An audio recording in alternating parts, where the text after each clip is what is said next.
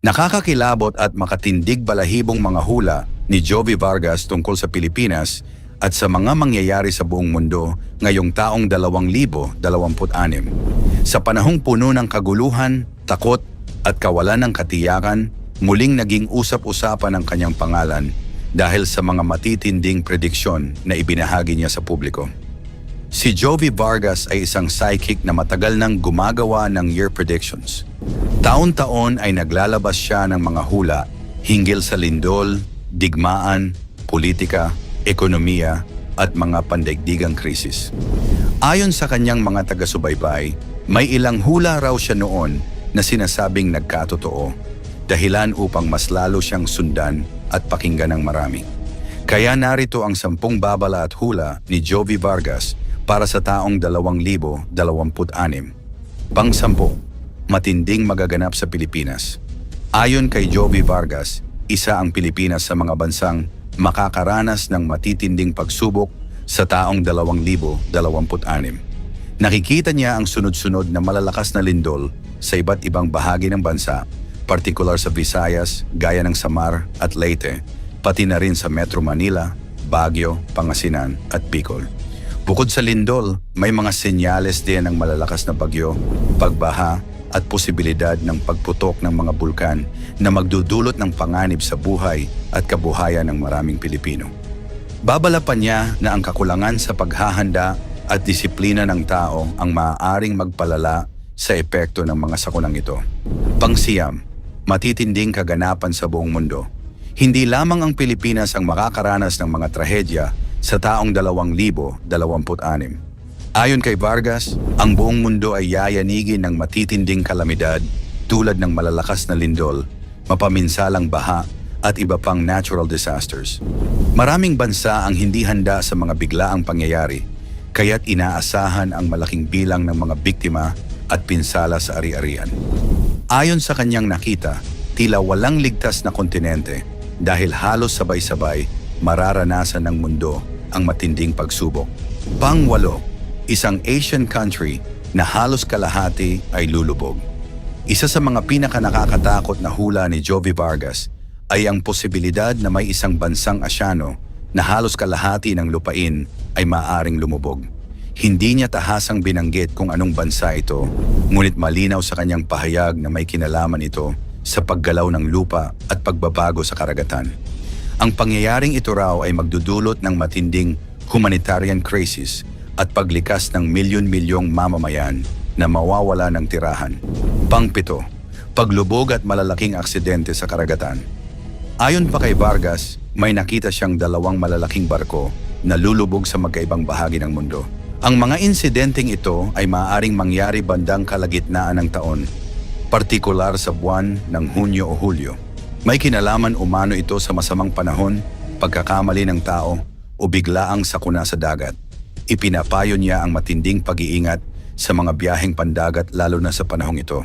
Pang-6, matinding economic crisis at hirap ng mamamayan. Isa rin sa binigyang diin ni Jovi Vargas ay ang patuloy na paghina ng ekonomiya sa maraming bansa. Ayon sa kanya, maraming negosyo ang magsasara, tataas ang presyo ng bilihin, at lalong mahihirapan ang mga ordinaryong manggagawa. Pinayuhan niya ang publiko na mag-ingat sa pag-utang at maging praktikal sa gastusin. Maraming pamilya ang mapipilitang magbawas ng pangangailangan at humanap ng alternatibong pagkakakitaan upang makaraos sa araw-araw. Pang-5, paglala ng global conflict at banta ng digmaan. Ayon kay Vargas, magpapatuloy ang tensyon sa pagitan ng malalaking bansa tulad ng Amerika, China, Russia at mga bansa sa Middle East. Bagamat hindi raw agad mauuwi sa isang malaking world war, lalakas ang banta ng digmaan, military actions at mga lihim na operasyon. Ang tensyon na ito ay magdudulot ng takot at pangamba sa ordinaryong mamamayan sa iba't ibang panig ng mundo. Pang-4, malalaking iskandalo at magulong pamahalaan sa Pilipinas. May mga isyong politikal at iskandalo raw na lalabas sa Pilipinas sa taong 2026.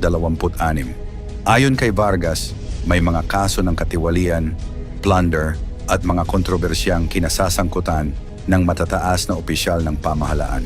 may posibilidad ding madawit ang pamilya ng ilang leader, dahilan upang lalong uminit ang usaping politikal.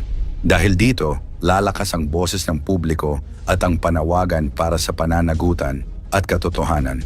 Pangatlo, paglala ng digital control at artificial intelligence. Nakikita rin ni Jovi Vargas ang mabilis na pag-usbong ng artificial intelligence at digital control sa buhay ng tao. Ayon sa kanya, mas lalong mawawala ang privacy ng mga tao dahil kayang-kayang gayahin ng AI ang boses, mukha at kilos ng isang individual. Marami raw ang hindi namamalayan na unti-unti nang naapektuhan ang kanilang kalayaan at identidad sa digital na mundo. Pangalawa, crisis of faith at kaguluhan sa relihiyon. Isa sa mga seryosong babala ni Vargas ay ang krisis sa pananampalataya. Ayon sa kanya, magkakaroon ng kaguluhan sa loob ng mga simbahan at relihiyosong organisasyon. Maraming tao ang malilito sa pagitan ng tunay na pananampalataya at huwad na espiritualidad na laganap sa social media. Ang ilan ay maliligaw ng landas dahil sa maling aral at huwad na espiritual na impluensya. At ang ating number 1, paglitaw ng isang leader na kaugnay ng Antichrist. Ang pinakamabigat na hula ni Jovi Vargas para sa taong 2026 ay ang unti-unting paglitaw ng isang world leader na magmumukhang mabuti, mapayapa at tagapagligtas ng mundo. Marami raw ang hahanga at magtitiwala sa kanyang mga panukala at pangako. Ngunit ayon kay Vargas, may masamang layunin sa likod ng kanyang mabuting imahe. Ayon kay Vargas, ang panlilinlang na ito ay magiging napakahusay kaya't marami ang hindi agad makakakita ng panganib at ito raw ang simula ng pag-usbong ng Antichrist. Mangyari man o hindi ang mga hulang ito, huwag na huwag tayong maniniwala o magtiwala sa mga manghuhula o psychic sapagkat malinaw na mababasa ang Biblia na ito ay ipinagbabawal at masama. Sa Diyos lamang tayo dapat magtiwala. Ang pinakamahalaga sa lahat ay manatili tayong palauberba sa mga kaganapan, maging mapanalangin at matatag sa ating pananampalataya. I-type ang Amen kung sa kataas-taasang Diyos ka lamang sumasampalataya at hindi sa mga taong manghuhula. Nakakakilabot at makatindig balahibong mga hula ni Mamo tungkol sa Pilipinas at sa mga mangyayari sa buong mundo ngayong taong 2026. Sa panahong puno ng kaguluhan, takot at kawalan ng katiyakan, muling naging usap-usapan ang kanyang pangalan dahil sa mga matitinding prediksyon na ibinahagi niya sa publiko. Ang taong 2026 ay isang taon na puno ng bulong, pangamba at mga misteryo na unti-unting lumalabas. At may isang tao na nagbigay ng pinakamabigat na babala at ito ay walang iba kundi si Gloria Escoto o mas kilala bilang Mamo. Sinasabing tumama ang ilan sa mga nakita niya noong nakaraang taon at ngayon ang hula para sa darating na taon ay mas matindi kaysa dati. Kaya narito ang 10 babala at hula ni Mamo Gloria Escoto para sa taong 2026. Pang-10, korupsyon sa politika sa Pilipinas. Ayon kay Gloria Escoto, ang taong 2026 ay magiging taon ng matinding pagbabago sa politika sa Pilipinas. Maraming Pilipino ang magkakaroon ng mas mataas na interes sa mga lokal at pambansang issue at aktibong makikilahok sa mga community discussions at civic engagement programs. Ang bagong liderato at patakaran ay maaaring magdala ng bagong pananaw at ideya sa gobyerno. Mahalaga ang pakikilahok ng mamamayan hindi lamang sa eleksyon, kundi pati sa pagsusuri ng transparency, accountability at implementasyon ng mga proyekto ng gobyerno. Binibigyang diin niya na ang respeto, open dialogue at kolaborasyon ay susi sa balanced policy at epektibong solusyon. Sa kabila ng pagkakaiba-iba ng opinyon, mahalaga ang pagkakaisa upang makamit ang positibong pagbabago. Pang-9, kaguluhan sa politika sa bansa. Sa parehong tema ng politika, binibigyang diin ni Mamo ang kahalagahan ng relasyon ng Pilipinas sa ibang bansa. Ang taong 2026 ay taon ng pagpapalakas ng diplomasiya at internasyonal na ugnayan. Maraming bansa ang magiging mas bukas sa pakikipagtulungan sa Pilipinas sa ekonomiya, edukasyon at teknolohiya. Binanggit niya na ang tamang timing at taktika sa pakikipag-usap sa ibang bansa ay magbubukas ng mas maraming oportunidad sa kalakalan, turismo at cultural exchange. Mahalaga rin ang pagpapalakas ng soft power upang mas mapalapit ang ugnayan sa ibang bansa at mapanatili ang positibong international relations sa hinaharap. Pangwalo, transportasyon at infrastruktura. Ayon kay Mamu, ang taong 2026 ay taon ng malalaking proyekto sa transportasyon at infrastruktura. Magkakaroon ng mga bagong daan, tulay, highway at modernisasyon ng mga public transportation system. Ang mga proyektong ito ay magpapabilis ng paggalaw ng tao at kalakal at makakatulong sa paglago ng lokal na ekonomiya. Binibigyang diin niya na ang tamang budget, planning at pagpapatupad ay susi upang maiwasan ang pagkaantala. Marami ring posibilidad ng paggamit ng eco-friendly at high-tech transport solutions tulad ng electric vehicles at hybrid buses, pati na rin ang expansion ng rail transport systems. Pangpito, kalikasan at kapaligiran. Ang 2026 ay taon ng mas malawak na environmental awareness at mga proyekto para sa kalikasan. Maraming komunidad at volunteer ang magiging aktibo sa forest rehabilitation, coastal cleanups at pagtatanim ng mga puno. Binibigyang diin ni Mamu ang kahalagahan ng sustainable practices sa negosyo at pamahalaan. Ang bawat individual ay may papel sa pangangalaga ng kapaligiran at ang collective effort ng lipunan ay susi sa pagpigil ng matinding polusyon at pagkasira ng ecosystem. Pang-anim, natural disasters. Inaasahan ni Mamu na ang taong 2026 ay taon ng mataas na alerto sa natural disasters. May posibilidad ng malalakas na bagyo, baha at landslide sa ilang lugar sa Pilipinas. Binibigyang diin niya ang kahalagahan ng disaster preparedness, early warning systems at kooperasyon ng pamahalaan at komunidad upang mapabilis ang emergency response. Mahalaga rin ang education at drills para maging handa ang bawat pamilya at barangay sa oras ng kalamidad. Panglima, kalusugan at pandemic preparedness. Ang 2026 ay taon ng mas matatag na kalusugan ng publiko. Mas maraming tao ang magiging conscious sa preventive health measures tulad ng tamang pagkain, ehersisyo at regular check-up. Binibigyang diin niya ang pangangalaga sa mental health at pagpapalakas ng immune system bilang proteksyon laban sa bagong virus o outbreak. Mas magiging aktibo ang gobyerno at pribadong sektor sa healthcare modernization at pandemic preparedness. Pang-apat, teknolohiya at trabaho. Ayon kay Mamu, ang 2026 ay taon ng malawakang pagbabago sa paraan ng pagtatrabaho at teknolohiya. Mas marami ang mag-a-adopt ng remote work, hybrid setup at digital tools. Ang automation at AI ay mas lalawak ang papel sa industriya. Kaya mahalaga ang flexibility, adaptability, at upskilling para makasabay sa pagbabago ng market. Mas maraming oportunidad ang lilitaw sa IT, data analytics, digital marketing, at cybersecurity. Pangatlo, ekonomiya babagsak o lalago. Ang ekonomiya ng Pilipinas ay inaasahang mag-experience ng moderate, ngunit steady growth. Ang mga industriya tulad ng retail, agrikultura, at SMS ay muling babangon. Mahalaga ang maingat na pamumuhunan, pagtutok sa sariling negosyo at pag-iwas sa quick money schemes. Binibigyang diin ni Mamu ang kahalagahan ng savings, diversification ng kita at innovation mindset upang manatiling matatag sa ekonomiya. Pangalawa, kultura at panlipunan. Ang taong 2026 ay taon ng mas aktibong pagkakaisa sa komunidad at pagpapahalaga sa kultura. Maraming lokal na proyekto at aktibidad ang magtataguyod ng tradisyonal na sining, musika at sayaw. Maraming kabataan ang muling magpapakita ng interes sa kultura at heritage. Binibigyang diin niya ang epekto ng teknolohiya sa pagpapakita ng local artists at content creators, pati na rin ang kolaborasyon ng tradisyonal at modernong scene. At ang ating number 1, kabuhayan at negosyo. Ang 2026 ay taon ng pagbangon sa kabuhayan at negosyo.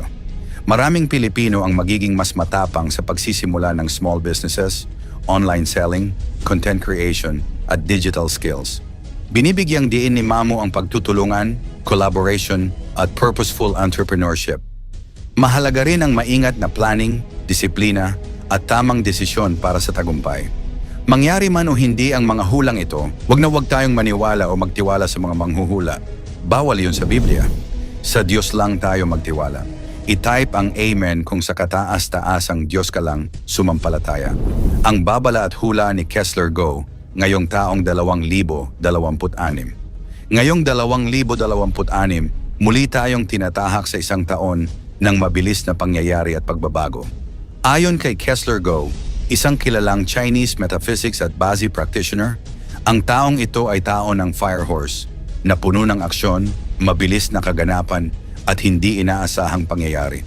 Mula sa mga personal na buhay hanggang sa pandaigdigang kaganapan, marami ang posibleng maranasan sa loob ng susunod na 12 buwan. Kaya narito ang 10 hula ni Kessler Go para sa taong 2026 batay sa kanya umang mga obserbasyon sa Chinese zodiac at energies ng fire horse.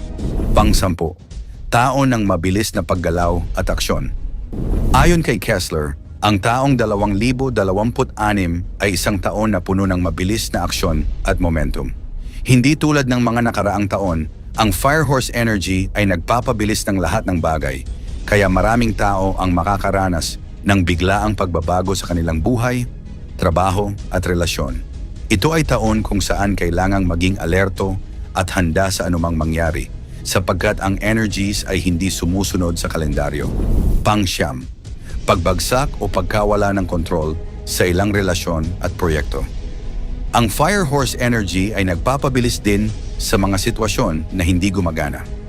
Maraming relasyon, partnership o proyekto ang maaaring mawala ng direksyon o tuluyan ng mabigo sa unang bahagi ng taon.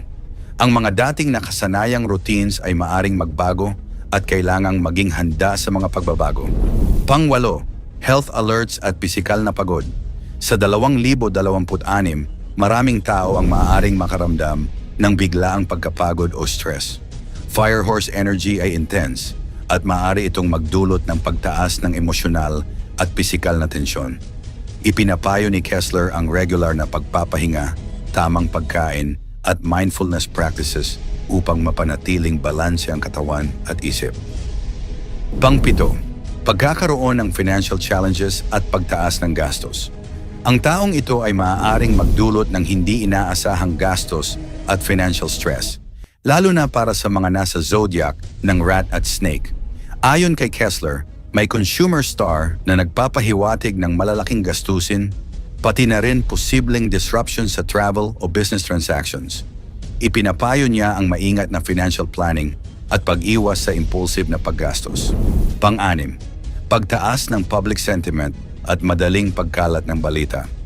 Ang fire horse energy ay nagdudulot ng mabilis na paggalaw ng impormasyon at opinyon sa publiko. Ayon kay Kessler, ang visibility ng mga kaganapan ay mataas, kaya't anumang aksyon o pangyayari ay mabilis kumalat at maaring magdulot ng emosyonal na reaksyon ng masa. Ito ay maaaring magdulot ng tensyon sa social media, political discourse at workplace dynamics. Pang-5, career opportunities at paglago ng negosyo. Sa kabila ng mabilis at madalas nakaka-stress na energy ng fire horse, may mga zodiac signs na makakaranas ng magandang pagkakataon sa trabaho at negosyo. Ayon kay Kessler, ang mga taong nasa Year of the Ox, Rabbit, Rooster at Goat ay may maraming auspicious stars na magbibigay ng authority, visibility at oportunidad sa career at wealth. Ang ilan ay makakaranas ng promotions, partnership offers o bagong business ventures. Pang-4, emotional na roller coaster at hot-tempered reactions. Ang fire horse ay may ang fire energy na maaaring magdulot ng mataas na emosyonal na reaksyon at pagiging impulsive. Maraming tao ang maaaring makaranas ng stress, mainit na pagtatalo o mabilis na pagbabago sa mood sa loob ng taong 2026. Ayon kay Kessler, mahalaga na i-manage ang emosyon at huwag hayaang magdala ng aksyon ang init ng damdamin. Pang-5, travel at relocation challenges.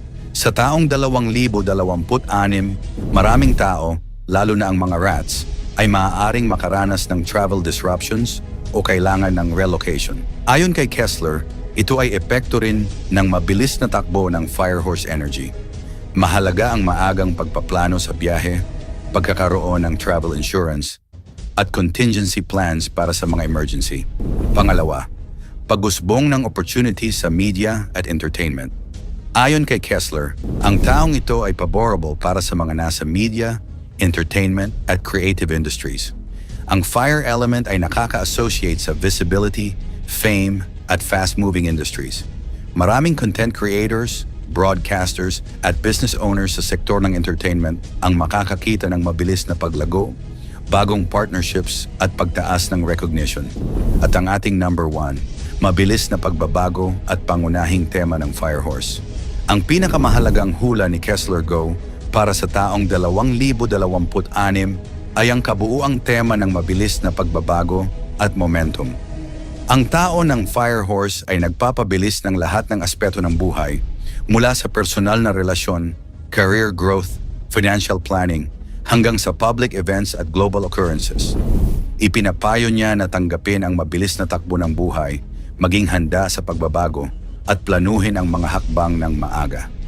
Mangyari man o hindi ang mga hulang ito, huwag tayong maniniwala o magtiwala sa mga manghuhula o psychic. I-type ang amen kung sa kataas-taasang Diyos lamang tayo sumasampalataya at hindi sa mga manghuhula.